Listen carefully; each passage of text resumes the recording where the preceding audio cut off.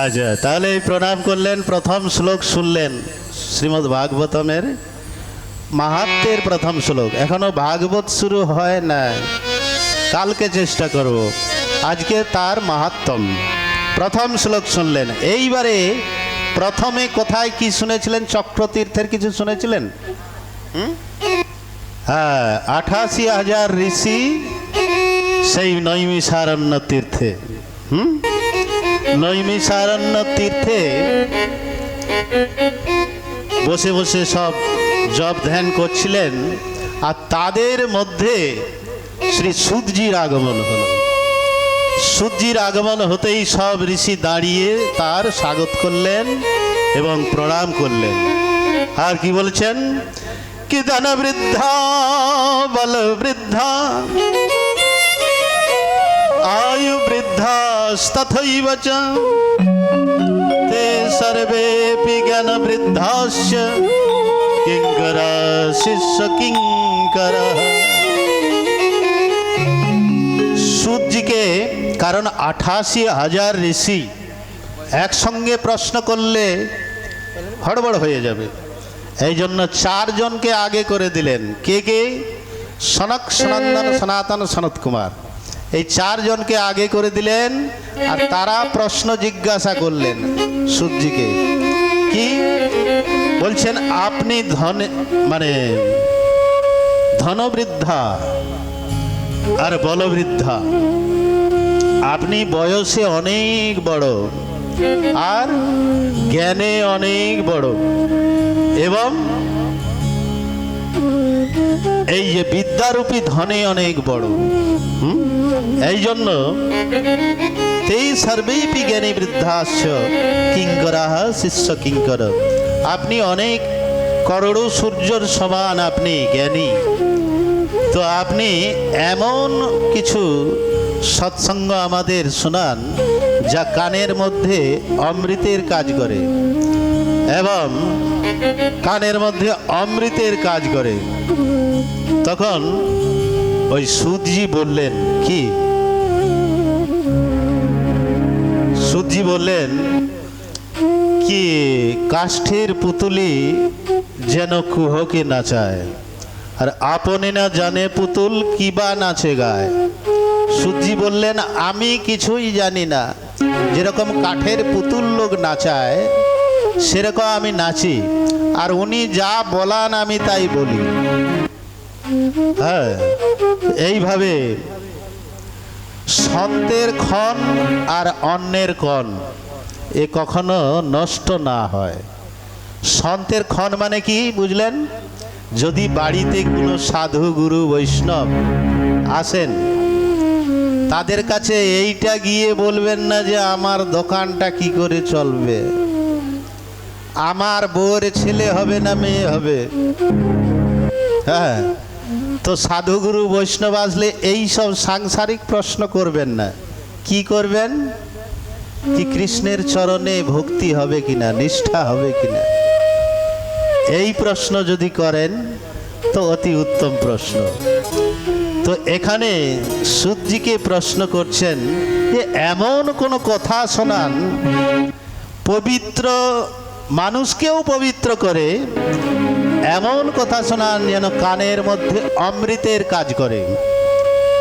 এখানে বললেন তো সন্তদের ক্ষণ আর অন্যের কণ, সাধুগুরু বাড়িতে বৈষ্ণব আসলে এই সব প্রশ্ন করবেন না, আধ্যাত্মিক প্রশ্ন করবেন, তাতেই মঙ্গল। আর এটা হলো সাধুদের ক্ষণ। আর অন্যের কণ, অন্য যে মানে প্রসাদটা আসবে সেটা যেন নালিতে না যায়, নষ্ট না হয়, সেইটাই চেষ্টা করবেন। এখানে এই জন্য বলছেন সুতজিকে, সুতজি বলছেন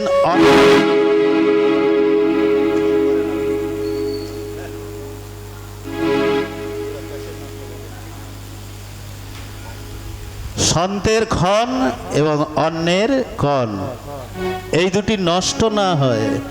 সাধুগুরু বৈষ্ণব বাড়িতে আসলে সাধুদের ক্ষণ এমনি করেই নষ্ট করবেন না, প্রশ্ন আধ্যাত্মিক করবেন, এতেই ফলবতী হবে। আর বলছেন অন্ন অন্ন যদি থালিতে এসে যায় সেটা প্রসাদ মনে করে নষ্ট না হয় তার চেষ্টা করবেন। এই জন্য সুজি বলছেন কি কাল ব্যাল মুখগ্রাস ত্রাস নির্ণাস হে তবে। সুজি বলছেন এই যে সংসার কাল ব্যাল, কালরূপী সর্পর মুখের মধ্যে আমরা বসে আছি। এই যে কালরূপী চক্র চলছে, অনেকে বলছে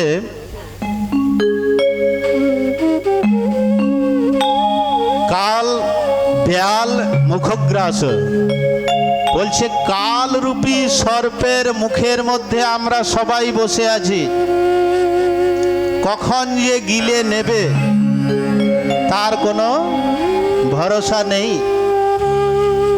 এই জন্য যেমন এই কিছুদিন আগে করোনা, এই আছে এই নেই, তো মানুষের যে ক্ষণ কি क्षण भंगुर जीवन की कलिका काल प्रात जाने खिली न खिली रट ले हरि रसना कृष्ण को नाम तो अंत समय पे हिली ना हिली।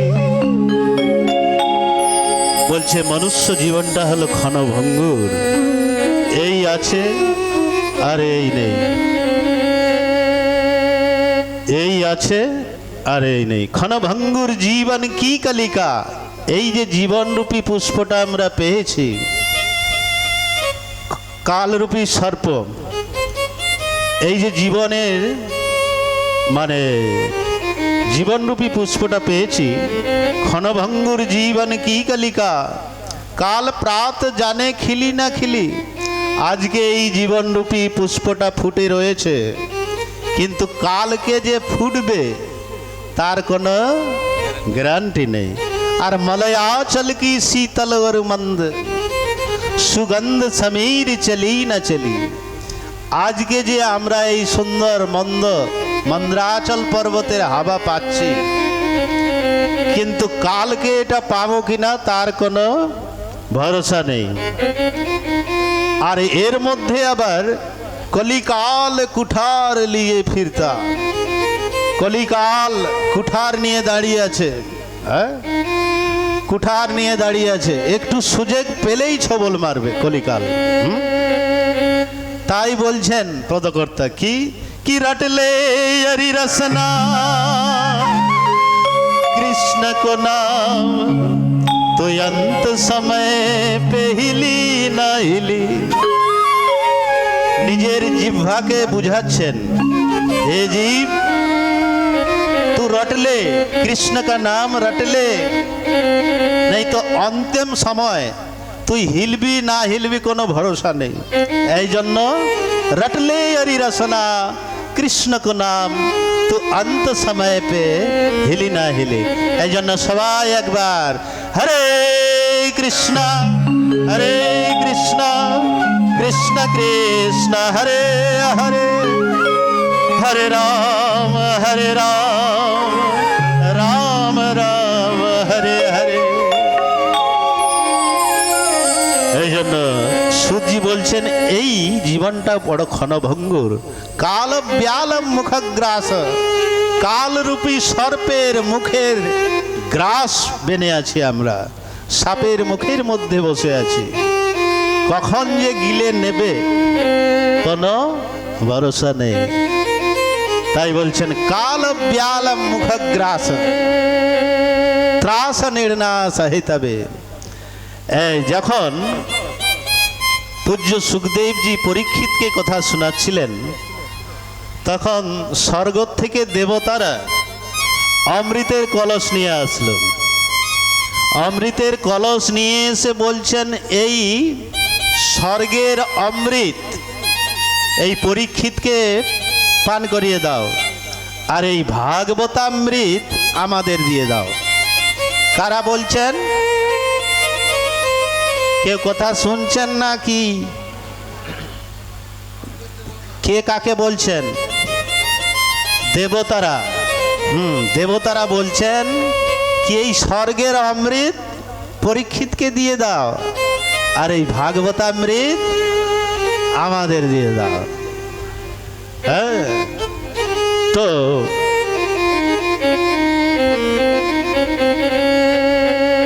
কিন্তু দিলেন না।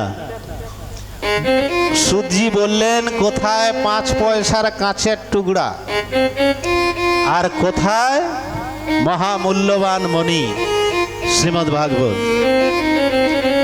তো আচ্ছা, আপনারা এইখানে বসে হরি কথা শুনছেন, কিন্তু স্বর্গে গেলেও হরি কথা পাবেন না। স্বর্গে যে দেবতারা থাকে অমৃত পান করে সুখ ভোগতে চায়, স্বর্গে গেলেও এই হরি কথার সৎসঙ্গরূপী আনন্দ পাবেন না। আর বৈকুণ্ঠেও পাবেন না, সেখানে চতুর্ভুজে দাঁড়িয়ে আছে ঠিক আছে, কিন্তু এই সৎসঙ্গ নেই সেখানে। সৎসঙ্গরূপী যে সাধন, ভগবানের ভজন করে আবার সেই ধামে, নিজের ধামে ফিরে যেতে পারবো, সেটা ওই বৈকুণ্ঠে আর স্বর্গে নেই। কোথায় আছে? খালি এইখানেই, এই মর্তলোকে।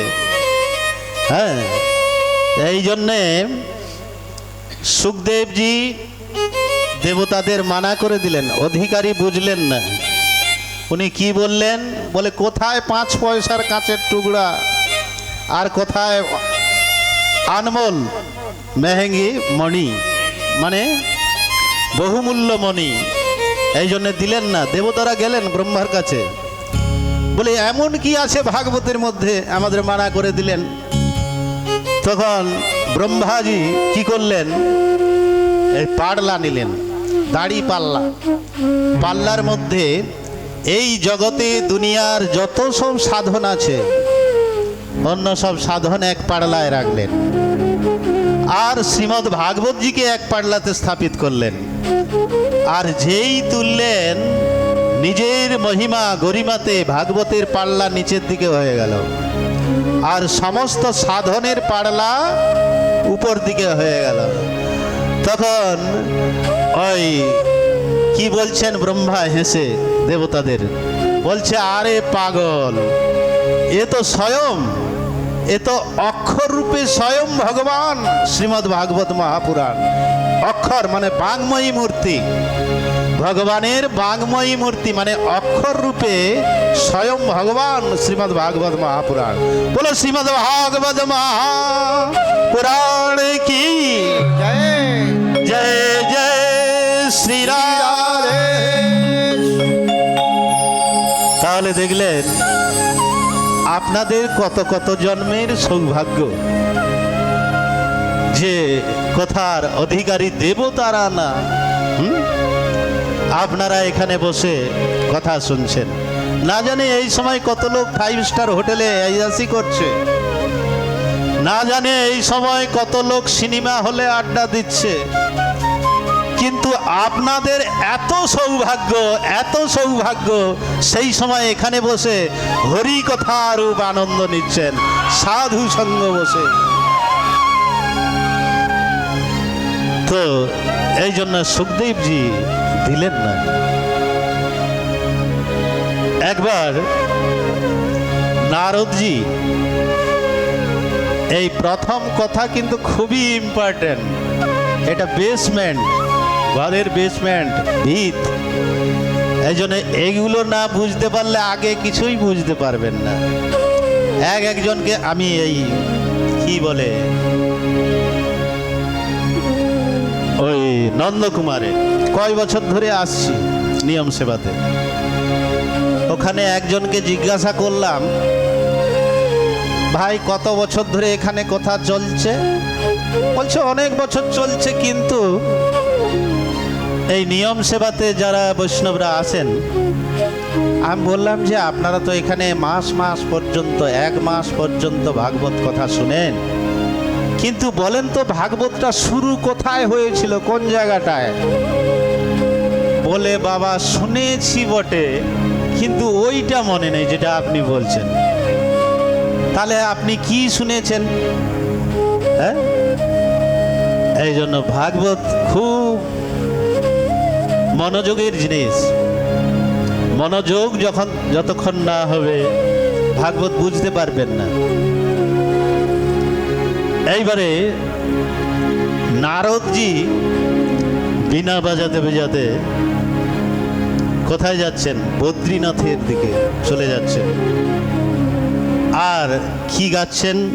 শ্রীমন্নারায়ণ নারায়ণ নারায়ণ নারায়ণ নারায়ণ নারায়ণ বদ্রী নারায়ণ নারায়ণ নারায়ণ বদ্রী নারায়ণ নারায়ণ নারায়ণ ভজমন নারায়ণ নারায়ণ ভজমন নারায়ণ নারায়ণ নারায়ণ শ্রী রাধে।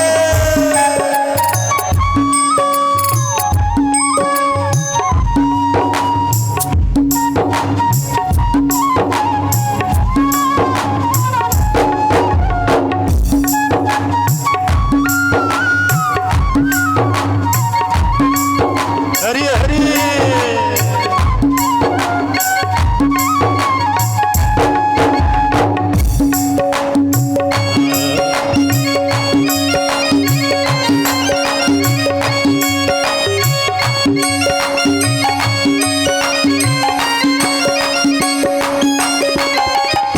এখন নারদজি চলে যাচ্ছেন কীর্তন করতে করতে নারায়ণ নারায়ণ নারায়ণ। এই ধার দিয়ে হরিদ্বারের পরে বদ্রীনাথের রাস্তা চলে যাচ্ছেন নারদজি কীর্তন করতে করতে। আর ওই দিক থেকে আসছেন কারা? সনক সনন্দন সনাতন সনত কুমার ব্রহ্মার মানস পুত্র ওই দিক থেকে আসছেন। আর আস্তে আস্তে নারদজির সঙ্গে দেখা মাঝখানে।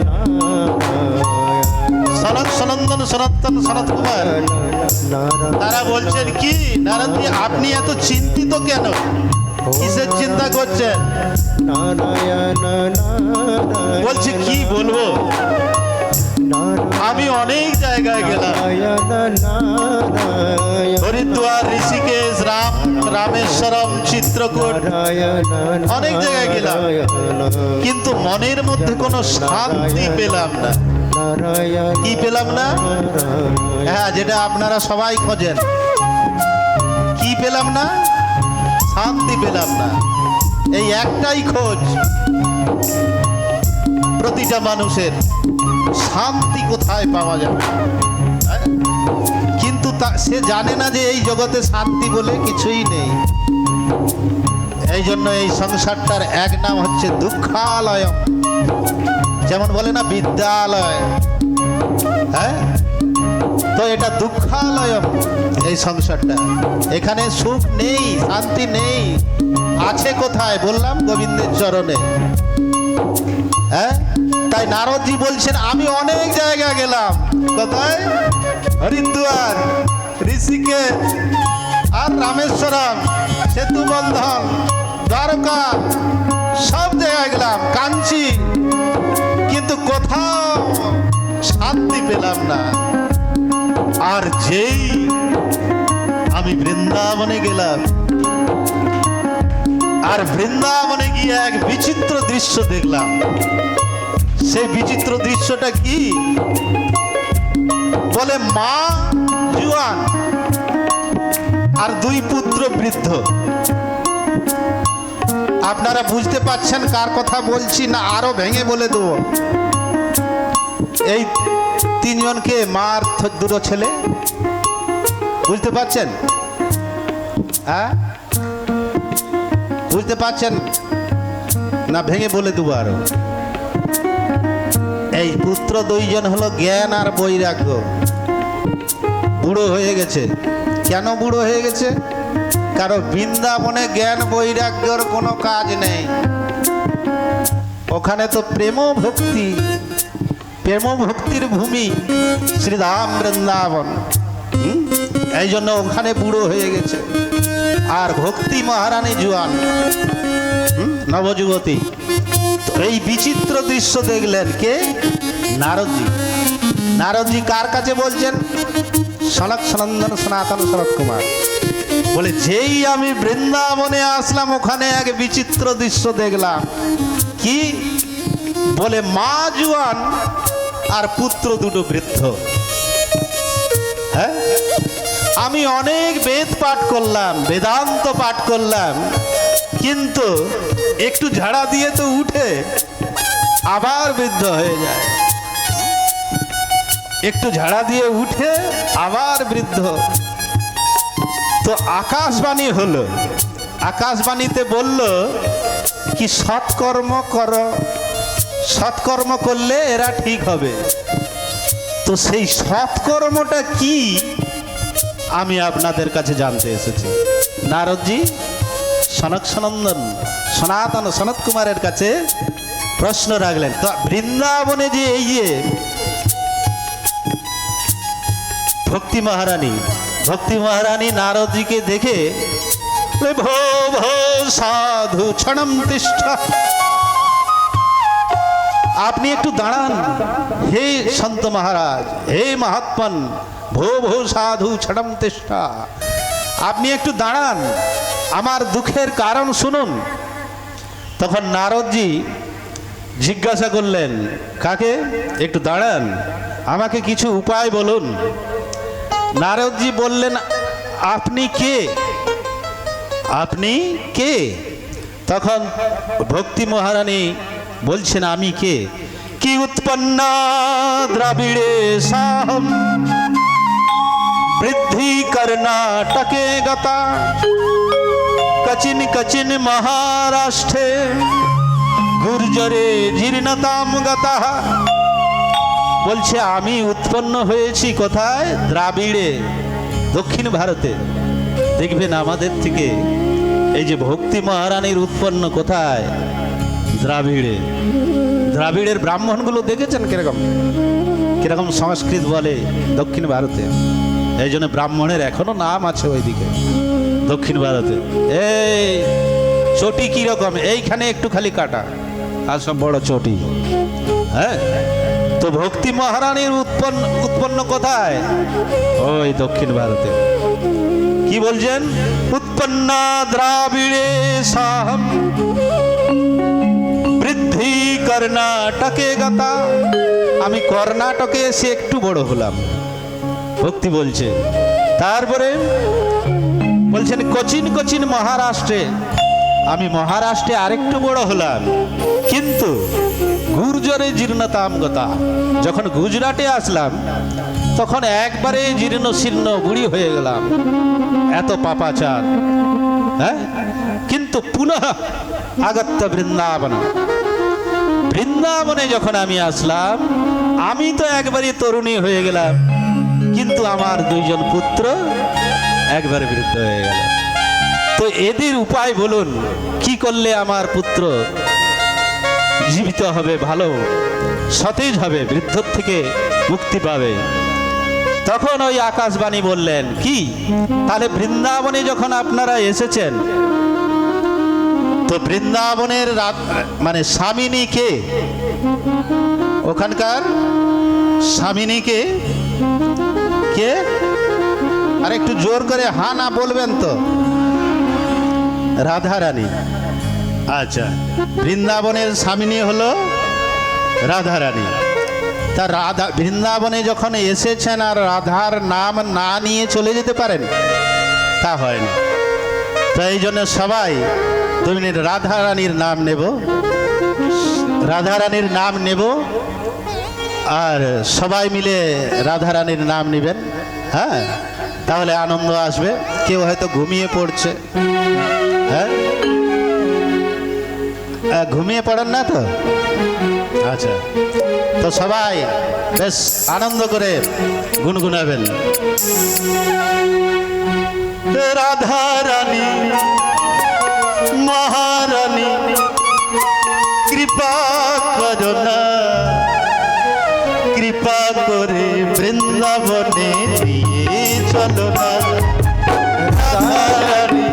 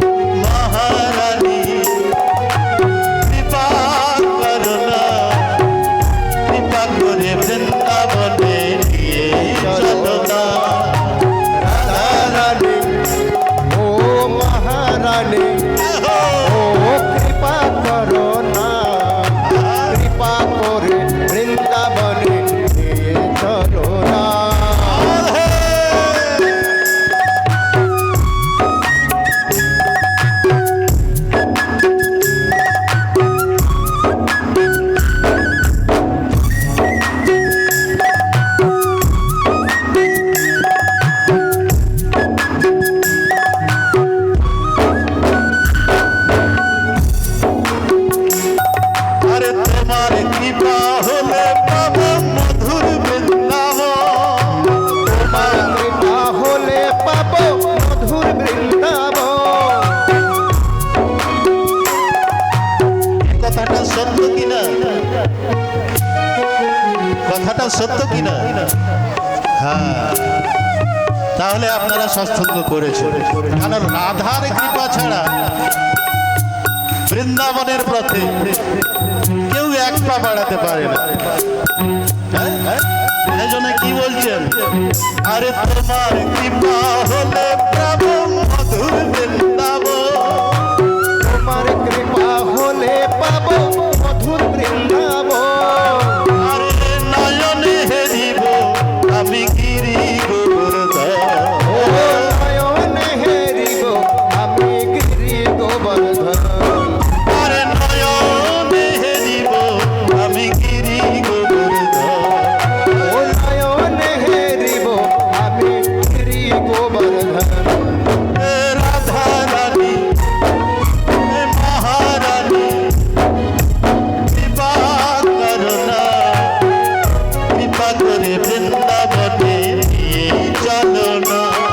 ও রাধা রানী, ও মহারানী, ও কৃপা করো না, কৃপা করে বৃন্দাবনে নিয়ে চলো না। রাধে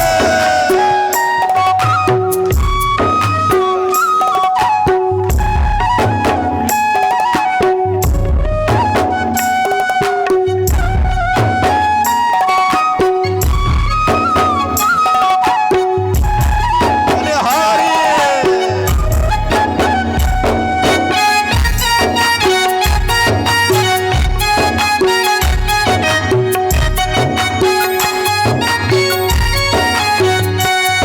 আরে তোমার দয়া হলে পাবো শ্রীমদন মোহন। তোমার দয়া হলে পাবো মধুর বৃন্দাবন। আর তোমার দয়া হলে পাবো, তোমার দয়া হলে পাবো শ্রীমদন মোহন। আর তোমার দয়া হলে পাবো শ্রীমদন মোহন। আরে তোমার দয়া হলে পাবো শ্রীমদন মোহন। তোমার দয়া হলে পাবো শ্রীমদন মোহন। আরে গোপী প্রেম দিয়ে রাখো শ্রী গুরু চরণ। অনেক গোপী প্রেম দিয়ে রাখো শ্রী গুরুর চরণ। হে রাধা রানী, মহারানী, কৃপা করুণা, কৃপা করে বৃন্দাবনে নিয়ে চলো না। ও রাধা রানী, যাহো। ও মহারানী, ও কৃপা করো না, কৃপা করে বৃন্দাবনে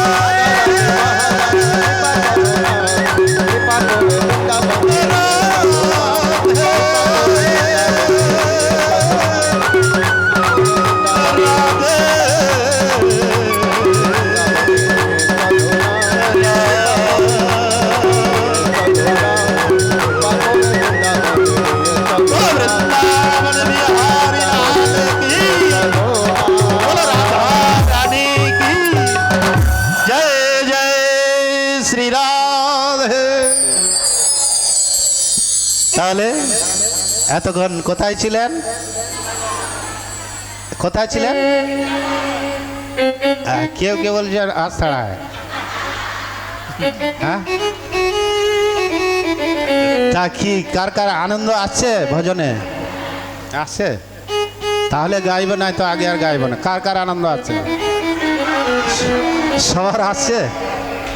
আচ্ছা, তাহলে বৃন্দাবনে পৌঁছে গেছেন। আচ্ছা, বৃন্দাবনে নারদজি কি বলছেন ভক্তি দেবীকে? কি ভক্তি দেবী বললেন, আমার পুত্র ছেড়ে ছেড়ে উঠছে না, বৃদ্ধ অবস্থায় পড়ে আছে। তখন ভগবান আকাশবাণী করলেন, কি কি সৎসঙ্গ করলে এদের বৃদ্ধ অবস্থা দূরে যাবে। তখন নারদজি সনক সনন্দন সনাতন সনত কুমারের সঙ্গে দেখা কোথায় হয়েছে? বদ্রীনাথের ওইখানে, মানে হরিদ্বারের একটু উপরে। তখন নারদজি জিজ্ঞাসা করলেন, সেই সৎসঙ্গ যদি ভাগবতের কথা হয়? সনক সনাতন সনাতন সনত কুমার বললেন। তখন বলছে, তাহলে একটু আগিয়ে চলো হরিদ্বারে, আনন্দ নামক তটে প্রথম ভাগবত কথা শুরু হলো। একটু নেবেই হরিদ্বারে আনন্দ নামক তটে ভাগবত কথা শুরু হলো। একজন শ্রোতা, কে? নারদজি। আর সনক সনন্দন সনাতন সনত কুমার বক্তা। এখন কথা শুরু হলো, সেখানে প্রথম কথা শুরু হচ্ছে। আর যে না আসতেছে তাকে ধরে ধরে নিয়ে আসতেছে। কে? ভৃগু আদি মুনি। এনারা ধরে ধরে বলছে, যাও, কোথায় যাও, কোথায় যাও। তো এইখানেও সেই রূপ। আপনারা যারা আজকে এসেছেন এখানে বা চ্যানেলের মাধ্যমে যারা শুনছেন, তারা কালকে 2জন 4জন করে অড়শি পড়শির থেকে নিয়ে আসবেন। হ্যাঁ, কারণ এই জন্যে বলছি, যে একজনকে নিয়ে আসবে, সে যাকে নিয়ে আসবে তার 10% পুণ্য সে পাবে, যে নিয়ে আসবে। হ্যাঁ, আর 10% পুণ্য সে পাবে। এই জন্যে অড়শি পড়শিতে গিয়ে বলবেন, কি বৃন্দাবন থেকে একজন বাঁদর এসেছে। হ্যাঁ, বুড়ো বাঁদর, এমনি না। তো বলবেন, চলো কথাতে।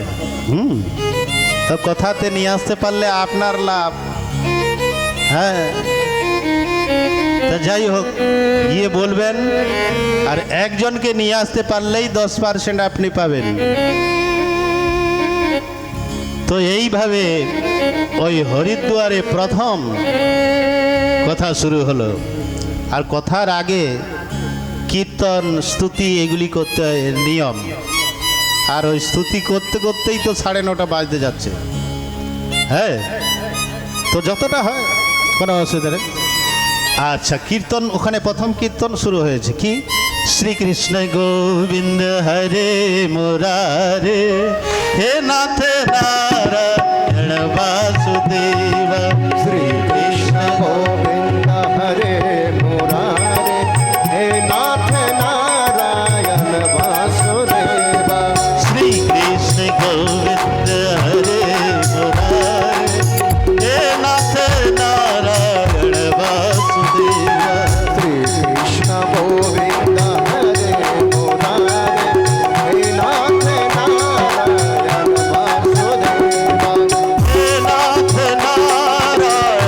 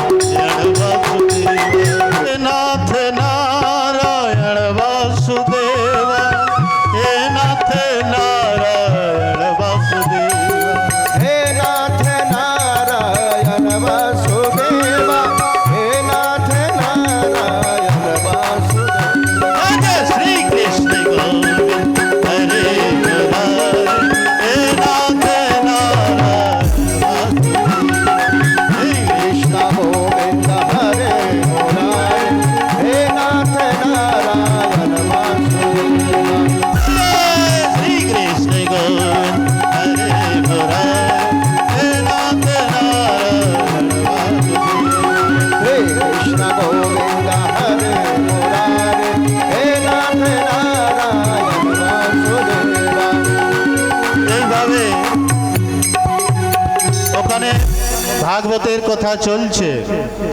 এখন চলার পরে নারদজির প্রশ্ন, কি প্রশ্ন করলেন নারদজি? বলছে দেখুন, যারা সাধু গুরু বৈষ্ণব তারা তো এই ভাগবত কথা শুনে ভবপারে চলে যাবে, কিন্তু এই যে নিত্য পাপ কর্মে রত, সবসময় পাপ কর্মে রত এবং বর্ণাশঙ্কর রীতিতে যারা উৎপন্ন, যারা ক্রোধাগ্নিতে সবসময় জ্বলতে থাকে, তারা কি এই বা পাপ কর্ম করতে করতে কোনো ভূত প্রেতের জনিতে চলে যায়, তাদের কি উদ্ধার হবে এই ভাগবত শুনে? নারদজির প্রশ্ন। হ্যাঁ, বলে পাপ কর্ম করতে করতে কদাচিৎ ভূত প্রেতের জনিতে যদি চলে যায়, তাদের কি উদ্ধার হবে? বলে হ্যাঁ, তাদের উদ্ধার হবে। তাদের নামে যদি 7 দিন সপ্তাহ বিধি পারায়ণ করে, তো তাদের নামে উদ্দেশ্যে করলে তারও উদ্ধার হয়ে যায়। তখন বলছে, এর কি কোনো প্রমাণ আছে আপনার কাছে যে পাপ কর্ম করার পরে ভূত প্রেত জনিতে চলে গেছে আর তার উদ্ধার হয়েছে? বলছে হ্যাঁ, ভাগবতে প্রমাণ আছে না। কি বলছেন দেখুন, কি এ মানবা পাপ কৃতস্তু সর্বদা সদা দুরাচার রতা বিমার গগা। বলল মার্গে নেই, বিমার গগা, মার্গ থেকে বিপরীতে চলে গেছে। এ মানবা পাপ কৃতস্তু সর্বদা সদা দুরাচার রতা, মানে পাপ কর্মে সব সময় লিপ্ত তারা, তাদের জন্য বলছেন নারদজি, ক্রোধাগ্নিদগ্ধা কুটিলাশ্চ কামিনা, ক্রোধী সবসময় জ্বলতে থাকে। আজকাল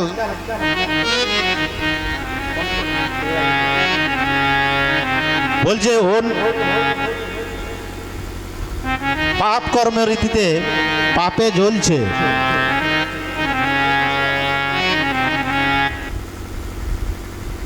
তো এইভাবে যখন প্রশ্ন করলেন, কি বলছেন যে বর্ণ সংকর রীতিতে যারা উৎপন্ন, বর্ণ সংকর রীতি আপনারা বুঝেন? হ্যাঁ, মানে সে জাতের নয়। যেমন আপনি হিন্দু মুসলমানের সঙ্গে বিবাহ করেছেন, তার থেকে কোনো পুত্র হলো, এটা বর্ণ সংকর রীতিতে উৎপন্ন হলো, বর্ণ সংকর রীতি একে বলে। তো আজকাল এই রীতিতে বিবাহটা বেশি হচ্ছে, এই জন্যে বর্ণ সংকর বেশি উৎপন্ন হচ্ছে, আর ঝগড়া ঝাঁটি লড়াই মারপিট বেশি হচ্ছে। এইখান থেকে সৃষ্টি, মানে জন্মের ঠিক নেই বলে না, তো এইখানে বর্ণ সংকর বলে তাকে। তো যারা বর্ণ সংকর রীতিতে উৎপন্ন, ক্রোধাগ্নি কুটিলাশ্চ কামিনা, ক্রোধে সবসময় জ্বলতে থাকে, তো তারা যদি মরার পদে কদাচিৎ ভূত প্রেতের জনিতে চলে যায়, তাদের কি উদ্ধার হবে? বলে হ্যাঁ। তাদের কোনো প্রমাণ আছে? বলে হ্যাঁ। বলে তুঙ্গভদ্রা তটে পূর্বম ভূতপত্যাম উত্তমম, তুঙ্গভদ্রা নদীর ধারে উত্তম নগর ছিল, আর সেইখানে এক পণ্ডিত বাস করতেন, তার নাম হলো আত্মদেব। আর সেই আত্মদেব কোনো কিছুতে কমই ছিল না, সুন্দর পূজা পাঠ হবন কর্মকাণ্ড যাকে বলে এ করতেন, আর হবন কার্য করতেন, কর্মকাণ্ডে প্রবীণ আত্মদেব। আর কিন্তু যে স্ত্রী ধুন্ধুলি, তার নাম কি হলো? ধুন্ধুলি। আত্মদেবের থেকে একদম বিপরীত, মানে যতক্ষণ না খেয়ে দিয়ে পড়োশির সঙ্গে ঝগড়া করে নেয়, পেটের ভাত হজম হয় না, এরকম লড়াকু বিমান ছিল ধুন্ধুলি। নাম কি ছিল? ধুন্ধুলি। তো সেই আত্মদেবের সব কিছু ছিল, কিন্তু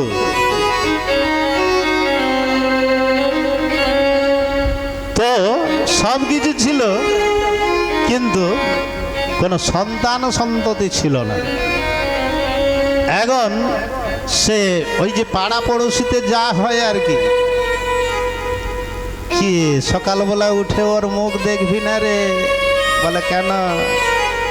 মাছ, মুখ দেখলেই দিনটা খারাপ যাবে। বলে এদিকে বোধহয় বলে না, বলে আচ্ছা যাই হোক, ওই বলে সকালে উঠে মুখ দেখিস না রে, বলে কেন?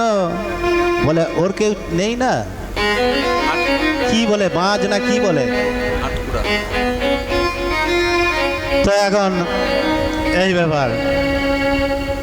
আবার কারো কারো দেখবেন পুরুষ কিন্তু দাড়ি মোজ বেরোয় না,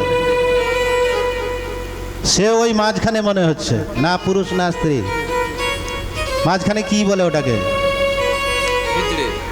হ্যাঁ হ্যাঁ, যাই হোক, আবার ওরও মুখ দেখতে চায় না অনেকে।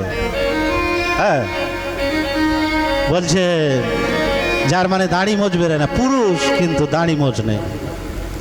হ্যাঁ, না স্ত্রী না পুরুষ, মাঝখানেরটা আর কি।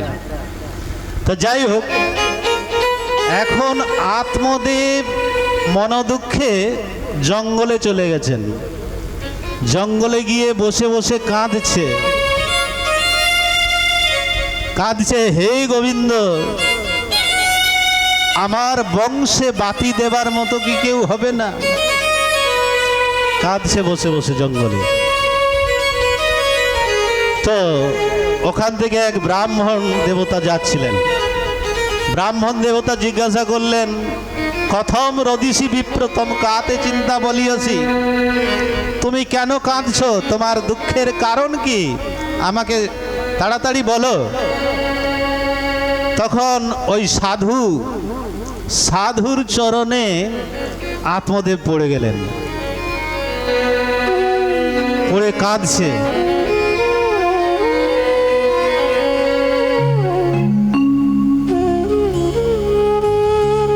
কি বলছে? চরণে পড়ে কাঁদছে,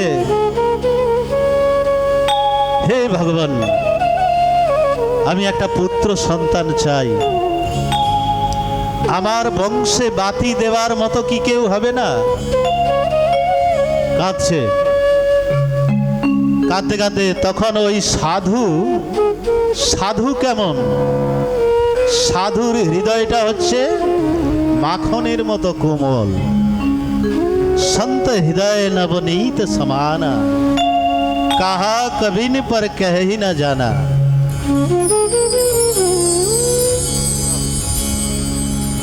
संत हृदय नवनीत समाना, মাখনের মতো কোমল হয় এই হৃদয়টা সাধুদের। দ্রবীভূত হয়ে গেছে সাধুর হৃদয়। আর বলছেন, তুমি এই সংসারের ছেলে কেন চাইছো? তোমার ছেলে নেই তো গোবিন্দকে পুত্র মানো। গোবিন্দকে অনেকে মানে না, গোপাল, গোবিন্দকেই পুত্র মেনে নাও না। সংসারের পুত্র অনেক কষ্ট দেয়, তো তুমি গোবিন্দকেই পুত্র মেনে নাও। তখন আত্মদেব বলছে, দেখো সংসারের সাধুদের কাছে কিছু এসে বলো তো, বেদান্তের কথা শোনানো শুরু করে দেয়, আমি পুত্র চাই, পুত্র। তো এইভাবে কাঁদছেন উনি। আর কাঁদতে কাঁদতে ওই সাধু ঝুলির থেকে একটা ফল বের করলেন। সাধুদের স্বভাব পর দুঃখে দ্রবীভূত হওয়া, তাকেই বলে সাধু। যিনি কামকে জিতেছেন, ক্রোধকে জিতেছেন, আর পরের দুঃখে হৃদয় কাঁপে। যেমন বলেছেন না ওই যে মহাত্মা গান্ধীর একটা প্রিয় ভজন ছিল, কি ভজনটা হলো,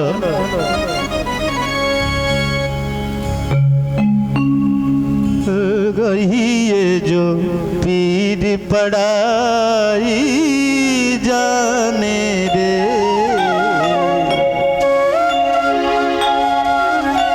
संत जनन तो तेने कहिए जो पीर पड़ाई जाने रे पर दुखे कोई दूर करे जो पर दुखे दूर करे जो मान अभिमान ना जाने रे संत जनन तो तेने कहिए जो पीड़ पड़ाई माने পররে দুঃখে হৃদয় দ্রবীভূত হয়ে যায় সেই এই জগতে সন্ত। তাই এখানে যখন আত্মদেব কাঁদছে পুত্রের জন্য অনেক করে বুঝালেন কি সংসারের ছেলে অনেক কষ্ট দেয়, তুমি ভগবানকে পুত্র মেনে নাও, কিন্তু রাজি হলেন না, বলে পুত্রই দরকার। তখন সাধুর হৃদয় কি সন্তের হৃদয় নবনীত সমান সন্তের হৃদয় নবনীত সমান कहा कभी ने पर के न এই জন্য সাধু কি করলেন, সন্ত হৃদয় নবনীত সমানা কাহা কবি, কবিরও কই বলতে বলতে থকে গেলেন আর বলতে পারলেন না সাধুর মহিমা। संत हृदय नवनीत समाना कहा कभी ने पर कहे ही ना जाना। तो সাধুদের এত মহিমা, সাধু চলতা ফিরতা একটা তীর্থ, যারা থাকলে আশপাশের বাতাবরণও পবিত্র হয়। সাধু এমন একটা জিনিস, বলে গঙ্গা দর্শন, গঙ্গা স্নান করার পরে পবিত্র হন, গঙ্গায় গঙ্গায় স্নান করার পরে পবিত্র হন। কিন্তু বলছেন সাধু যে দর্শন করে, খালি দর্শন করলেই পবিত্র হয়ে যায়। এই জন্য সাধু কি করলেন, ফল থেকে একটা ঝুলির থেকে একটা ফল বের করলেন, আর ফল বের করে ওই কাকে দিলেন, আত্মদেবকে। ফলটা নিয়ে এসে উনি স্ত্রীকে দিয়ে দিলেন, এই ফলটা খেয়ে নিও, তোমার সুন্দর একটি পুত্র হবে। তো সেই ধুন্ধুলির তো ঝগড়া করার অভ্যেস, বলে দেখো যদি আমি ফল খাই তো গর্ভধারণের অনেক কষ্ট, ঘরে আগুন লাগলে আমি বেরোতে পারবো না, ঘরে যদি চোর ঢুকে আমি বেরোতে পারবো না, অনেক কিছু চিন্তা করে ফলটা আর খেলো না। কি করলো, ফলটা ঘরে একটা 5 গাই ছিল, সেই গাইটাকে ওই ফল খাইয়ে দিল, নিজে আর ফল খেলো না। তো এখন নিজে পেটে কাপড় বেঁধে দেখাতে লাগলো সংসারকে যে আমি গর্ভবতী হয়েছি। আর একজন সহেলির সঙ্গে কথাবার্তা করে নিল, যার 9টা ছেলে, 10 নম্বর হবে।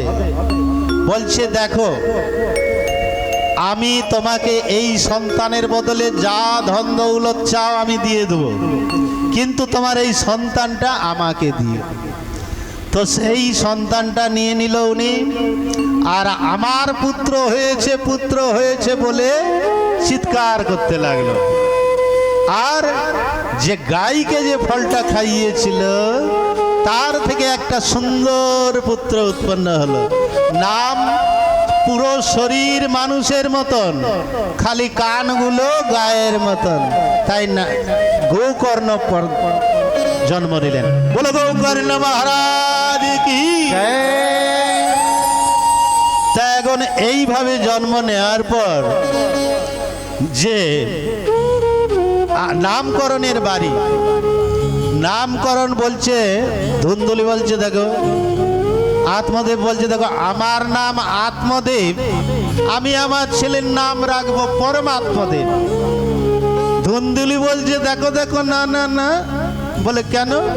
বলে 10 মাস 10 দিন গর্ভে ধারণ করব আমি, আর নাম তোমার নামে হবে, হবে না। বলে কেন? বলে না, আমার নাম ধুন্দুলি, পুত্রের নাম রাখবো ধুন্দুকারী। তো পুত্রের নাম কি রাখলো? ধুন্দুকারী।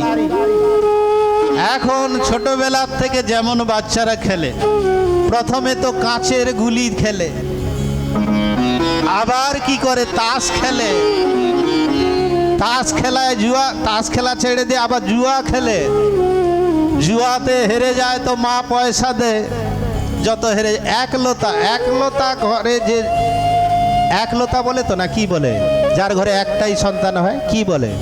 একলতা বলে তো। তো একলতা ছেলে যার ঘরে খুব সাবধান, 99% বিগাড়বার চান্স, হ্যাঁ, তো 99% বিগড়ানোর চান্স। তো এখানে একটাই ছেলে, কত নেবে নিয়ে যা, জুয়াতে হারে মা বলে নিয়ে যা। এখন জুয়া খেলতে খেলতে একদিন কি বলে, বোতল, হ্যাঁ, বোতল খেয়ে আসলো। বোতল খেয়ে এসে বাপকেই গালি, বলে তোমার 60 বছর বয়স না, তোমার বুদ্ধি ভ্রষ্ট হয়ে গেছে, তোমার কিচ্ছু বুদ্ধি নেই। বাপকেই গালাগালি। তখন বাপকে যখন গালাগালি দিচ্ছে, তখন আত্মদেব বলছে ক তিষ্ঠামি ক গচ্ছামি, আমি কোথা যাই কি করি, এর থেকে তো আমি বিনা সন্তানেই ভালো ছিলাম। হ্যাঁ, এইভাবে বিনা সন্তানেই ভালো ছিলাম, কেন আমি সন্তান চাইলাম? এইভাবে কাঁদতেছে কে? আত্মদেব। আর কাঁদতে কাঁদতে কাঁদতে কাঁদতে কোথায় গেল? তখন গোকর্ণ, যার কান গায়ের মতো, উনি এসে পিতাজিকে উপদেশ করলেন। কি বলছে? কতিষ্ঠামি কদিচ্ছামি কমে মে দুঃখম বাপ হয়ে, আমি কোথায় যাই কি করি, কোনো বুদ্ধি আসছে না, এই সময় আমি কি করি? আজ গালি শুনতে হচ্ছে ছেলের মুখ থেকে। তখন ওই গোকর্ণজি এসে খুব সুন্দর উপদেশ দিলেন। কি কি দেহে স্থিমা সরুধিরে অভিমতিম ত্যজত্তা জায়া শতাদিষু সদমমতা বিভুঞ্চ পশ্চানিসং জগদিদং ছলভঙ্গুনিষ্ঠম বৈরাগ রাগ ভক্তি ভব ভক্তি নিষ্ঠা। বলে পিতাজি, এই যে সর্বপ্রথম মোহ, মোহ এইটা আমার পুত্র, এইটা আমার বাড়ি, এই আমার স্ত্রী, এই যে মোহ সংসারের প্রতি, এইটাকে ত্যাগ করেন। দেহে স্থিমাম সরুধিরে অভিমেতুম ত্যজত্তাম, এই যে আমার আমার করে যে অভিমান, এই অভিমানটাকে আগে ত্যাগ করো। খুব সুন্দর উপদেশ করছেন। তারপরে কি বলছেন? বলছেন জঙ্গলে গেলেই যদি ভগবান পাওয়া যায়, তাহলে তো শের ভালু এরা সব জঙ্গলে থাকে। এইভাবে আত্মদেবকে খুব এত সুন্দর উপদেশ করলেন, একদম সঙ্গে সঙ্গে চৈতন্য হয়ে গেল। চৈতন্য মানে চেতনা জাগৃত হলো। আমি কে, কে আমি কারে যারে তাপত্র ইহানা জানিলে মোর কইছে হিত হয়। ইনি জানতে পারলেন আমি কে, আমার কর্তব্য কি, আর এই স্ত্রী পুরুষকে, এইসব যখন সব কিছুই জানতে পারলেন, তখন উনি ঘর ছেড়ে কোথায় গেলেন? জঙ্গলে। আর জঙ্গলে চলে গেলেন। এপাশে ওই গোকর্ণজি উপদেশে এত সুন্দর উপদেশ যে আত্মদেব সঙ্গে সঙ্গে জঙ্গলে চলে গেলেন। আর এদিকে গোকর্ণজি তীর্থযাত্রা করতে গেলেন। আর এধারে ধুন্ধুকারী ঘরে একা, মাকে খুব জ্বালাতন করে। মা একদিন কুয়াতে পড়ে আত্মহত্যা করলেন। আর করার পরে এখন ধুন্ধুকারী একা, ঘরে কেউ নেই। পাঁচজন বেশ্যাকে নিয়ে আসলো, চুরি ডাকাতি গালিগলজ সব করতে থাকে। এখন 5 জন বেশ্যাকে যখন নিয়ে আসলো, তখন চিন্তা করলো যে এ যদি ধরা পড়ে তো এর সঙ্গে সঙ্গে আমাদেরও ধরা পড়তে হবে। তখন বেশ্যারা যুক্তি করে কি করলো, ওই ধুন্ধুকারীকে খাটের উপরে শুয়েছিল, গরম অঙ্গার লোহার একটা বড় শাবলের মতো, ওই লোহাটাকে আগুনে গরম করে ওই ধুন্ধুকারীর মুখে পুড়ে দিয়েছে। আর ধুন্ধুকারীর মৃত্যু হয়ে গেল ওখানে। আর সারা জীবন পাপ কর্ম করার পরে যখন মৃত্যু হলো, তখন ও কি হলো, ভূত প্রেতের জনিতে চলে গেল। আর চলে যাবার পরে ভূত প্রেতের জনিতে যখন গেল, তখন ওই শূন্য ঘরেই ভূত হয়ে বাস করে। এখন গোকর্ণজি চিন্তা করল, জননী জন্ম ভবিষ্য স্বর্গাদপি গরীয়সী। বলছেন এই স্বর্ণময়ী লঙ্কা আমার অতটা প্রিয় লাগে না, যতটা কি জননী জন্মভূমি। তখন গোকর্ণজি বলে, অনেক দিন হয়ে গেল, এবার যাই ঘরের দিকে। গোকর্ণজি ঘুরতে ঘুরতে তীর্থযাত্রা করতে করতে কোথায় আসলেন, নিজের বাড়িতে। ওই শূন্য মহলে প্রবেশ করলেন রাত্রেবেলা। এখন রাত্রে প্রবেশ করে যখন ত্রিসন্ধ্যা করতে বসেছেন, তখন ওই যে ধুন্ধুকারী কখনো হাতির রূপে আসে, কখনো বিড়ালের রূপে আসে, কখনো আগুন জ্বলে উঠে। এই সব ভূতের যেগুলো সিস্টেম হাবা। তো এখন এইভাবে ওই ভয় দেখাতে লাগলো। তখন গোকর্ণজি বলে, তুমি কে? তখন করে সাড়া দেয় না, কথা বলতে পারছে না। তখন গোকর্ণজি কি করলেন, জল কমণ্ডলুক থেকে জল নিয়ে ছিটা মারলেন। আর ছিটা মারার পরে বলল, অহম ভাতা তদীয়স্মি ধুন্ধুকারিতি নামত।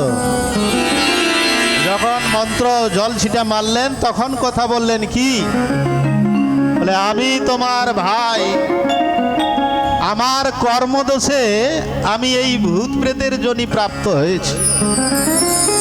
তো এখন আমার উদ্ধারের ব্যবস্থা তুমি করতে পারো প্রভু। তখন গোকর্ণজি বলছে, দেখো তোমার নামে তো আমি গয়াতে স্পৃন্দ সাধ্যদান সব করে আসলাম, তবুও তোমার উদ্ধার হলো না। বলছে গয়াতে যে উদ্ধার হয় ওগুলো প্রথম শ্রেণীর পাপী, আর আমি তো 4র্থ শ্রেণীর পাপী। আমার নামে যদি 100টা সাধ্য গয়াতে করো, তাও আমার উদ্ধার হবে না। গয়া সাধ্য সতের নাপি মুক্তির মেনা ভবিষ্যতি। হ্যাঁ, আমার নামে যদি এই 100টা গয়া সাধ্য করো, তবু আমার উদ্ধার হবে না। তখন কি করে গোকর্ণজি, ওই ভগবান ভুবন ভাস্কর সূর্যকে জিজ্ঞাসা করলেন, কি করা কর্তব্য আমার ভাইয়ের জন্যে? তখন বলল, ভবতা ভগবান মুক্তি সপ্তাহ বাচনম করু শ্রীমদ্ ভগবান মুক্তি। তো বলছেন যে সপ্তাহ কথার বিধি, 7 দিন ভাগবত সপ্তাহ করো, তখন তোমার ভাইয়ের নামে করবে আহুতি করবে, তাহলে তোমার ভাইয়ের মুক্তি হবে। ভগবান সূর্যদেব বলে দিলেন। আর গ্রামবাসী সবাই ডাকলেন। যত গ্রামবাসী ছিল সবাইকে ডেকে গোকর্ণজি ভাগবত সপ্তাহ করছেন। আর ভাগবত সপ্তাহ করার পর ওই ধুন্ধুকারীকে আহ্বান করলেন, যিনি প্রেতজনিতে চলে গেছে। এখন প্রেতের যে স্বরূপটা সেটা হাবা, এখন ওইখানে আসে আর হাবার ঝোঁকা আসে উড়িয়ে নিয়ে যায়। যেই আসনে বসতে যাবে হাবার ঝোঁকা আসে উড়িয়ে নিয়ে যায়। তো এখন ওখানে একটা 7 গাঁটের বাঁশ পড়েছিল, 7 গাঁটের বাঁশে একটা ছিদ্র ছিল, ওই ছিদ্রের মধ্যে ঢুকে গেছে ধুন্ধুকারী। ঢুকে 7 দিন ভাগবত সপ্তাহ কথা শুনেছিলেন। হ্যাঁ, তো এখন ভাগবত সপ্তাহ কথা গোকর্ণজি শোনাচ্ছেন। আর শোনানোর পরে প্রথম দিনের কথা শুনে ওই বাঁশের প্রথম গাঁটটা ফেটে গেল। আবার দ্বিতীয় দিন কথা শ্রবণের পরে দ্বিতীয় গ্রন্থি ভেদনম, মানে দ্বিতীয় গ্রন্থিটাও ফেটে গেল। এইভাবে ক্রমশ গাঁট ফাটতে ফাটতে 6 নম্বর গাঁট ফেটে গেল। আর 7 নম্বর গাঁট যেই ফাটলো সেই তার ভিতর থেকে চতুর্ভুজ রূপ নিয়ে ধুন্ধুকারী দেবস্বরূপে প্রকট হলেন। তো দেবস্বরূপে প্রকট হলেন ধুন্ধুকারী। আর ভগবানের দূত বিষ্ণুলোক থেকে বিমান নিয়ে উপস্থিত। আর যেই ধুন্ধুকারী ওই দেবস্বরূপ চতুর্ভুজ রূপ নিয়ে বিমানে চড়তে যাচ্ছে, আর তখনই গোকর্ণজি বলে, দাঁড়াও দাঁড়াও দাঁড়াও, ভাইকে তোমরা কে? বলে আমরা হরির পার্ষদ। বলে আমার ভাইকে কোথায় নিয়ে যাচ্ছ? বলে ভগবানের ধামে। বলে কেন? বলছে এখানে তো তাহলে আমার হাজার হাজার শ্রোতা শুনছে, এদেরও নিয়ে চলো। বলছে না। বলে কেন? বলে এই ধুন্ধুকারী যেইভাবে শুনেছেন, হ্যাঁ, কথা শোনা মানে কি, কিরকম কথা শুনতে হয়? যেমন আপনারা এইখানে যে আজকে আমার মুখে যেটা শুনলেন, এটাকে ঘরে গিয়ে শুইতে শুইতে চিন্তন করা, শুইতে শুইতে বা শোয়ার আগে আজকে কি শুনলাম, চিন্তন মনন, মানে কথা নিরুধ্যাসন। আর যে ধুন্ধুকারী যে শুনেছেন, ও বাঁশের ভিতরে শুয়ে শুয়ে মাঝখানে না লঘু সংখ্যা যাবা, না জল খাবা। এখানে তো লৌকিক লোক যারা, তারা 3 ঘন্টার মধ্যে কমসে কম 4 বার উঠে চলে যায়। কে বিড়ি খেতে যায়, কে জল খেতে যায়, কেউ কিছু কেউ কিছু। তো এখন সেই রকম ভাবে তো কথা শুনে নাই ধুন্ধুকারী। ধুন্ধুকারী কিরকম শুনেছে? এবারে কথা শোনার পরে আমি আজকে কি শুনলাম, চিন্তন, একেই বলে শ্রবণ। তো যখন বিমানে চলে যাচ্ছেন, তখন এই গোকর্ণজি বললেন আমার তো হাজার শ্রোতা বসে আছে, তাহলে এদেরও নিয়ে চলো। বলছে ধুন্ধুকারী যে প্রকারে কথা শুনেছেন আর শ্রোতারা সেই প্রকার শুনেন নাই। এই জন্য শ্রবণস্য বিভেদেন ফল ভেদত্র সংশয়, শ্রবণ ভেদের জন্যে যেতে পারছে না। কার? এইবারে ধুন্ধুকারী ভগবত ধামে গেলেন। এখন ওইখানে গ্রামবাসী যত লোক ছিল সবাই বলে আবার ভাগবত হবে, আমরা আর মাঝখানে উঠবো না, জল খাবো না, চা খাবো না, কিছু খাবো না, একদম উঠবো না, আর কথা হবে। তখন সেই গ্রামে আবার কথা হলো ধুন্ধুকারী যাওয়ার পরে। আর সবাই সেখানে গ্রামবাসী পর্যন্ত ভগবত ধামে গেলেন। বলো বৃন্দাবন বিহারী লাল কি জয়। এখন এইখানে বলছেন, এই যে 7 গাঁঠের বাঁশ, 7 গাঁঠের বাঁশটা কি? এই আমাদের শরীর। 7 গাঁঠের বাঁশটা কি? আমাদের শরীর। আমাদের শরীরে 7টা গাঁট আছে। সেই 7টা গাঁট কি কি? বলে অবিদ্যা, অস্মিতা, রাগ, দেশ, অভিনিবেশ, অহমতা আর মমতা। এই 7টা গাঁট 7 দিন কথা শ্রবণ করতে করতে যখন ভেদন হবে, তখন গোবিন্দ আর দূরে নেই, গোবিন্দ একদম সন্নিকটে। এই 7টা গাঁট যখন ভেদন হবে, অবিদ্যা, অস্মিতা, রাগ, দেশ, অভিনিবেশ, মমতা, তখন গোবিন্দ আর দূরে নেই। এখন নারদজি বলছেন ভাগবত শোনার নিয়ম কি, বিধি। বিধিটা কি একটু শুনে নেন। নারদজি বলছে সব ঠিক আছে, কিন্তু ভাগবত যে লোক শুনবে কি খেয়ে শুনবো? খাবার তো আহারের তো একটা নিয়ম আছে। বলে পেয় পানম, মানে খালি দুধ খেয়ে কথা শুনো। বলে আমরা কলি যুগের লোক, খালি দুধ খেলে পেট পাতলা হয়ে যাবে। তার বলছে দুধ হচ্ছে না তো তাহলে ঘি খেয়ে কথা শুনো, খালি ঘৃত পানম। বলছে আমরা কলি যুগের মানুষ, খালি ঘি খেলে তো খেতে নজর আসবো। হ্যাঁ, তা বলে ঠিক আছে, এক বেলা আহার আর এক বেলা ফলাহার। হ্যাঁ, একবেলা ফলাহার করো, একবেলা ভোজন করো। বলছেন না, তাও হবে না, এক বেলা খেয়ে থাকা যায়? ওরে বাপরে, আমরা 4 বার খাই, এক বেলা খেয়ে হয়? হ্যাঁ, হবে না। বলে ঠিক আছে, 4 বার খুব ঠুসো, খুব খাও, কিন্তু 4 বার বলে খেলে কি হয় জানেন তো? তন্দ্রা, নিদ্রা, আলস। হ্যাঁ, এধারে কথা চলছে, ওধারে মা ঘুমাচ্ছে। হ্যাঁ, এই 4 বার ঠুসে ঠুসে খেলে এই হয়, যা তন্দ্রা, নিদ্রা, আলস বেশি আসবে। এই জন্য অতটাই খেতে হবে শরীরে তন্দুরস্তি থাকে, যেন একটু কম করে খেতে হবে। আর লোক তো একবারে এইভাবে খেয়ে নেয়। হ্যাঁ, আর ঘুম ওই চলছে কথা, রাধে কথা শুনছি তো। এই জন্য বলছেন এক বেলা কমসে, আমাদের ওদিকে উত্তরপ্রদেশের দিকে কথা হয় তো, যে যজমান হয় আর কি, যজমান মানে পরীক্ষিতানি, মানে গৃহের যে স্বামী স্ত্রী ওনারা হচ্ছে পরীক্ষিত হন, তার নিয়ম আছে, তারা ফলাহার করবে 7 দিন। বা যে খালি দুধ খেয়ে থাকতে পারে সে দুধ খেয়ে থাকে। আর যত সব মূল পাঠের লোক আছে তারাও ফলাহার করেন।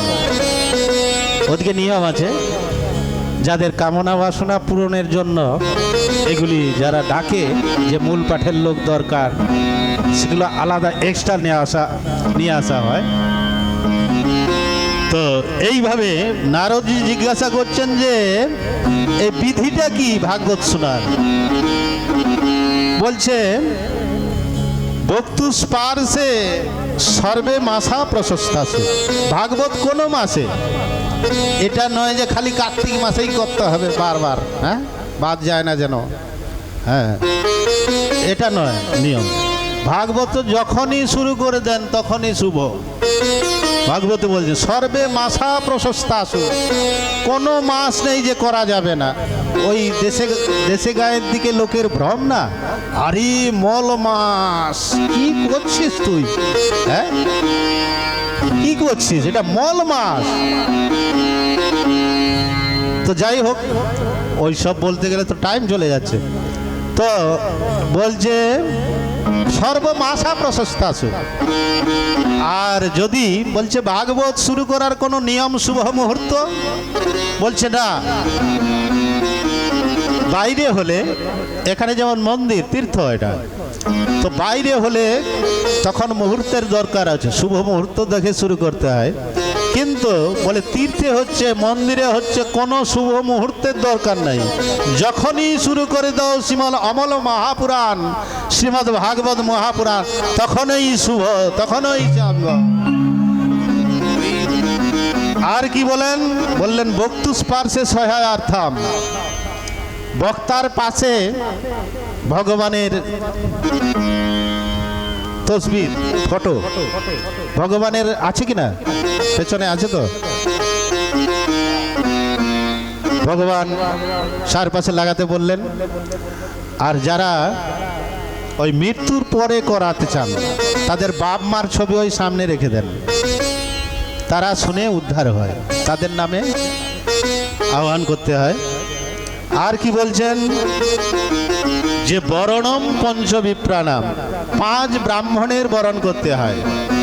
যেমন মূল পাঠ করার জন্য একজন, মালা জপার জন্য একজন, তারপরে কীর্তন করার জন্য একজন, 5 জন কমসে কম বরণম পঞ্চবিপ্রাণাম।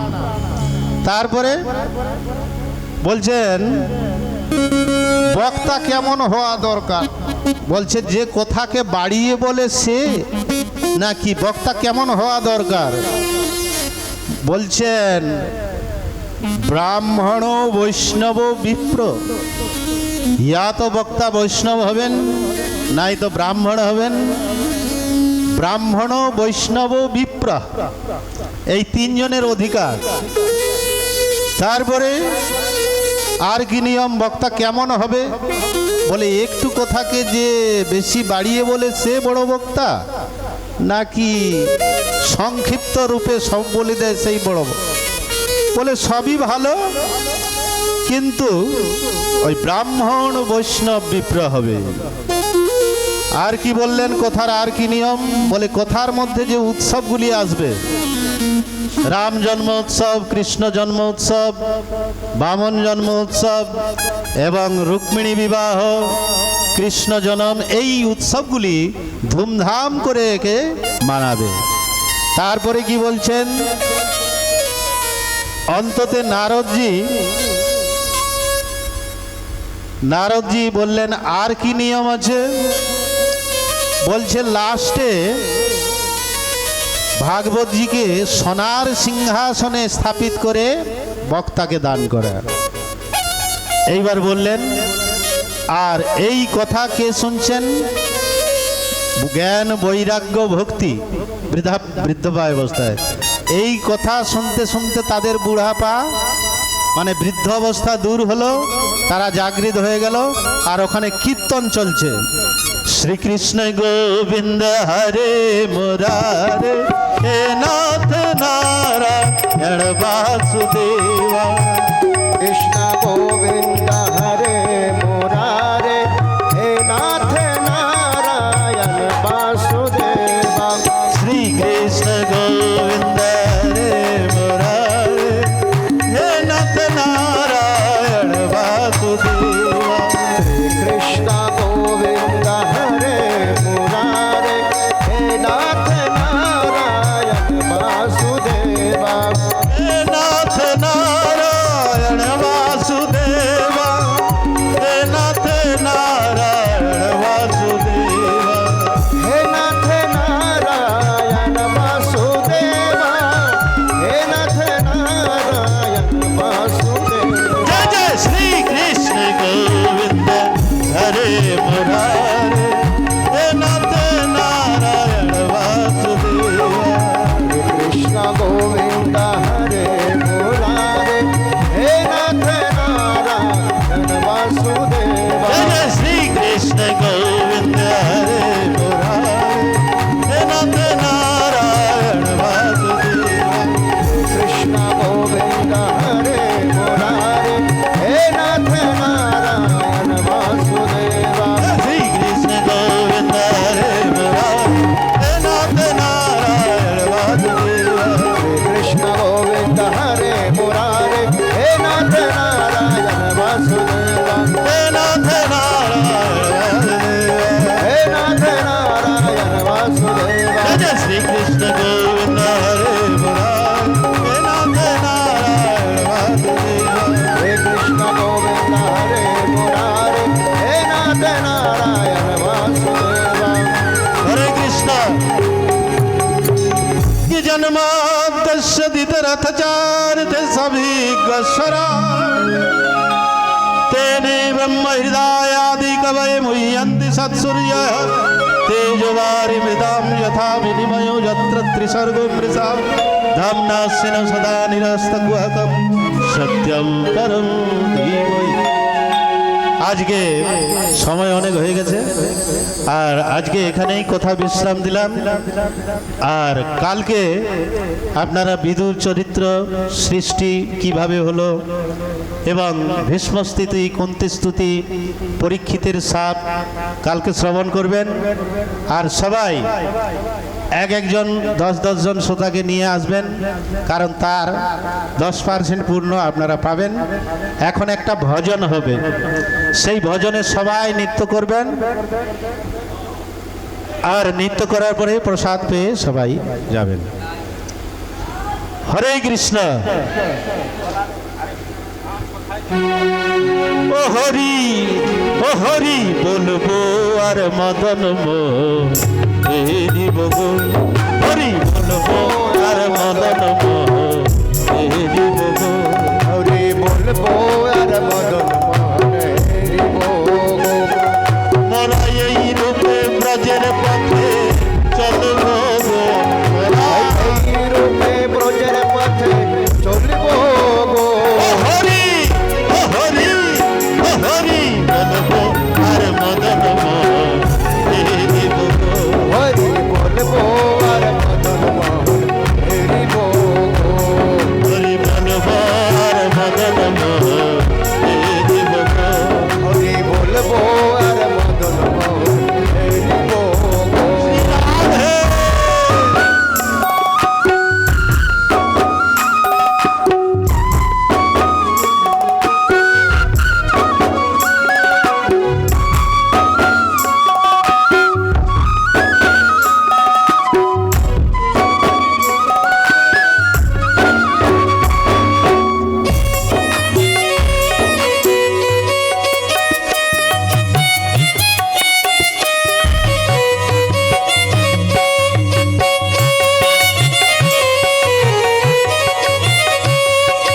হরে কৃষ্ণ।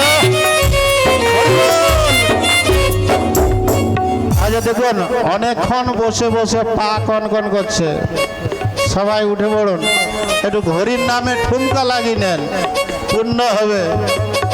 হ্যাঁ, আর যে যত বেশি নাচবে সে তত বেশি প্রসাদ পাবেন। হরে কৃষ্ণ। ও হরি, ও হরি বলবো আর মোহন হরি বলবো, হরি বলবো আর মদন মোহন হরি বলবো। মোরা এই রূপে ব্রজের পথে চলিব গো, মোরা হতে পারে চলব গো। ও হরি, ও হরি, ও হরি বলবো আর মদন মোহন হরি বলবো। হরি বলবো আর মদন মোহন হরি বলবো। শ্রী রাধে।